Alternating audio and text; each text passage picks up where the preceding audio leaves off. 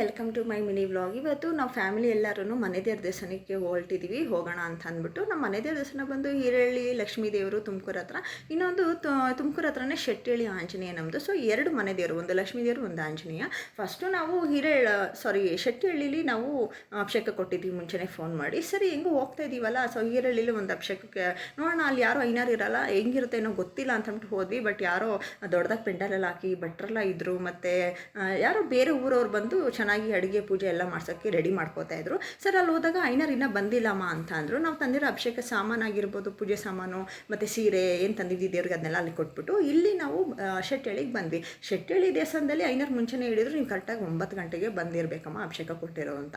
ಸರಿ ಅಂತ 9 ಗಂಟೆಗೆ ಬಂದ್ವಿ. ಅಲ್ಲೂ ಕೂಡ ಈ ವ್ಲಾಗ್ನ ನಾನು ಈ ಲಾಂಗ್ ವಿಡಿಯೋನ ಅಪ್ಲೋಡ್ ಮಾಡಿದ್ದೀನಿ ಯೂಟ್ಯೂಬ್ ಚಾನಲಲ್ಲಿ, ನೀವು ಟೈಮ್ ಇತ್ತು ಅಂದರೆ ಚೆಕ್ ಮಾಡಿ. ಈ ಒಂದು ಅಭಿಷೇಕದ್ದು ವ್ಲಾಗ್ನ ಮಿನಿ ವ್ಲಾಗಲ್ಲಿ ಅಪ್ಲೋಡ್ ಮಾಡ್ತಿರೋದು ಏನಕ್ಕೆ ಅಂದರೆ, ಸುಮಾರು ಜನ ಅಭಿಷೇಕ ಮಾಡೋದನ್ನ ನೋಡಬೇಕು ಅಂತಲೇ ಕಾಯ್ತಾ ಇರ್ತಾರೆ. ಸೊ ಹಂಗಾಗಿ ನಿಮಗೂ ಸ್ವಲ್ಪ ಪುಣ್ಯ ಬರಲಿ ನೋಡೋರಿಗೆ ಅಂತ ಅಂದ್ಬಿಟ್ಟು ಹಾಕಿದ್ದೀನಿ. ನನಗೆ ತುಂಬಾ ಶತ್ರುಗಳಿದ್ದಾರೆ, ಅವ್ರಿಗೂ ಪುಣ್ಯ ಬರಲಿ ಅಂತಲೇ ಹೇಳ್ತೀನಿ ನಾನು. ಶತ್ರುಗಳನ್ನೆಲ್ಲ ದೇವರೇ ನೋಡ್ಕೊಳತ್ತೆ ನಮ್ಮ ಆಂಜನೇಯ, ನನಗೇನು ಭಯ ಇಲ್ಲ. ಸೊ ಹಾಗಾಗಿ ಈ ಪೂಜೆ ಎಲ್ಲ ಮುಗಿಸ್ಕೊಂಡು ನಮಗೂ ಸಮಾಧಾನ ಆಯಿತು. ಒಂದು ಅಭಿಷೇಕ ಎಲ್ಲ ಮಾಡಿಸಿದ್ಮೇಲೆ ಅಲ್ಲಿ ಮುಗಿಸ್ಕೊಂಡು ಕರೆಕ್ಟ್ ಟೈಮ್ಗೆ ನಮಗೆ ಹಿರಳ್ಳಿ ದೇವಸ್ಥಾನಕ್ಕೆ ಬಂದ್ವಿ. ಅಲ್ಲೂ ಕೂಡ ಸ್ವಲ್ಪ ಜನ ಆಲ್ರೆಡಿ ಬಂದಿದ್ದರು, ಬೇರೆ ಊರವರು, ನನಗೆ ಯಾವ ಊರವರು ಅಂತ ಗೊತ್ತಿಲ್ಲ.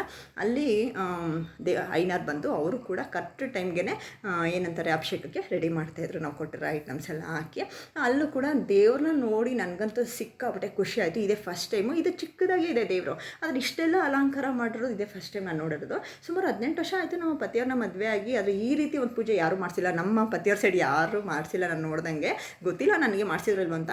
ಬಟ್ ಈ ಥರ ಒಂದು ಪೂಜೆ ನೋಡಿ ಸಿಕ್ಕಾಪಟ್ಟೆ ಖುಷಿ ಆಯಿತು. ಆಮೇಲೆ ಮನ್ಸಿಗೆ ನೆಮ್ಮದಿ ಆಯಿತು.